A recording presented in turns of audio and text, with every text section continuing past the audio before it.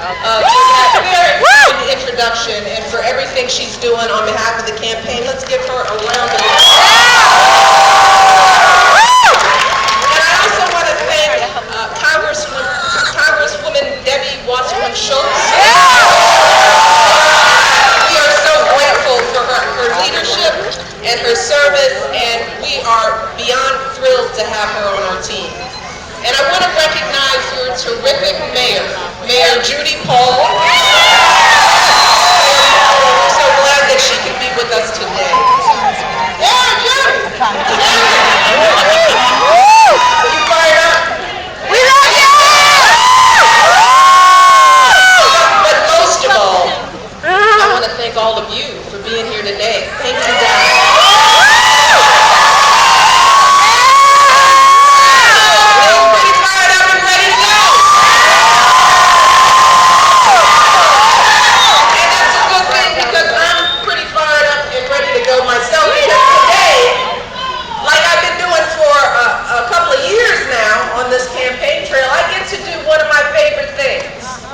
And that is to talk about the man that I have loved and admired.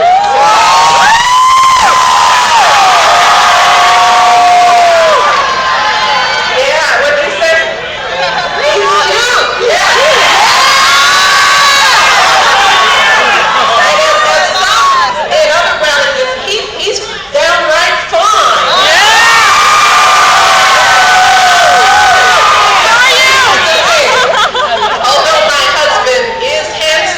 Charming and incredibly smart. That is not why I married him. Listen closely. What truly made me fall in love with Barack Obama was something that you all see every day. It is his character. It's his decency and his honesty. You know, the compassion and conviction that we have seen for 4 years in this man. See, when we first met, I loved that Barack was so committed to serving others that he turned down high-paying jobs. And he started his career fighting to get folks back to work in struggling neighborhoods. That's what I loved about him. I loved that he was so devoted to his family, especially the women in his life. I paid attention to that. I saw the respect he had for his mother and how proud he was that she was able to put herself through school and still support him and his little sister as a single mom.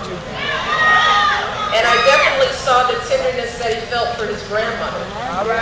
You know, I saw how grateful he was that long after this woman should have retired, she was still getting up every day, going to her job at a community bank, day after day, doing what it took to support their family, and he saw how she was passed over for promotion simply because she was a woman.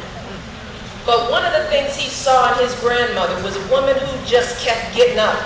You know what I'm saying? Kept going to that same job year after year without complaint and without regret.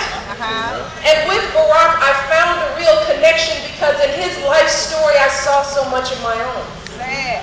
See, growing up on the south side of Chicago, I watched my own father make that same uncomplaining journey every day to his job at the city water plant. All right. And I saw how my father carried himself with that dignity, you know? Yes. That same pride in being able to provide for his family. That same hope that one day his kids would have opportunities he never dreamed of. Speak Now, how many people like that do we have in our lives? Here. Oh yeah. See, like so many families in this country, our families just weren't asking for much. See, that's the thing. They didn't want much. They didn't begrudge anyone else's success. They didn't mind if others had much more. In fact, they admired it, and that's why they pushed us to be the best that we could be. But they did believe in that fundamental American promise that even if you don't start out with much, in America,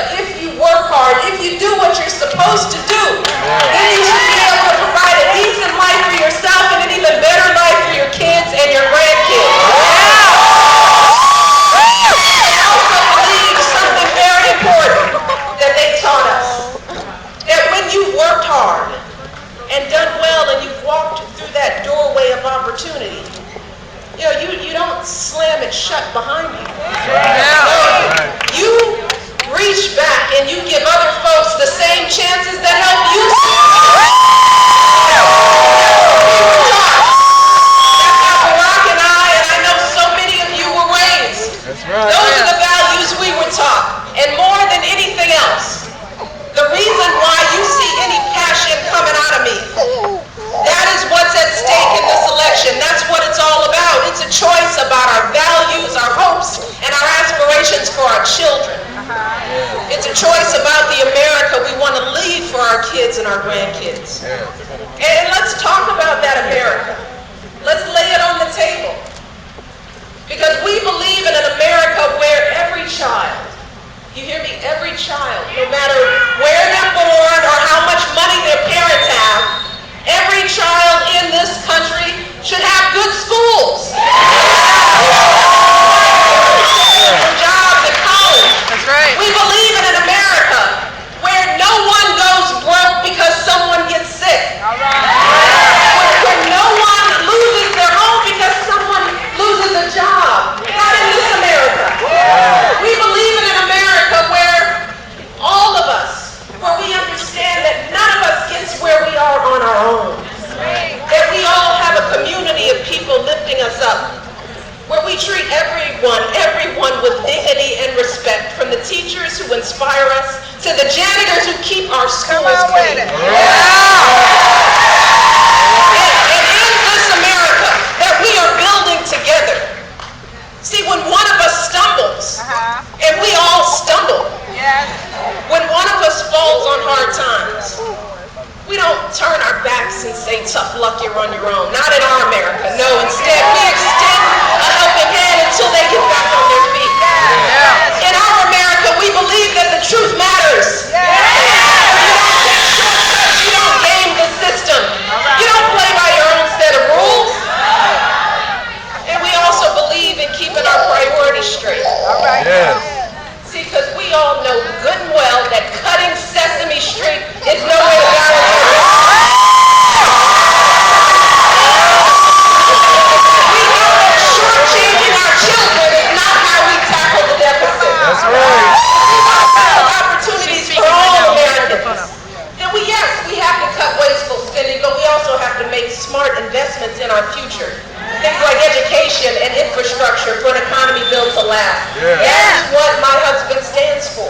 That's the country he has been working to build for the last 4 years. Those are his values. And let me tell you, as First Lady, I have seen up close and personal just how critical those values are for leading this country.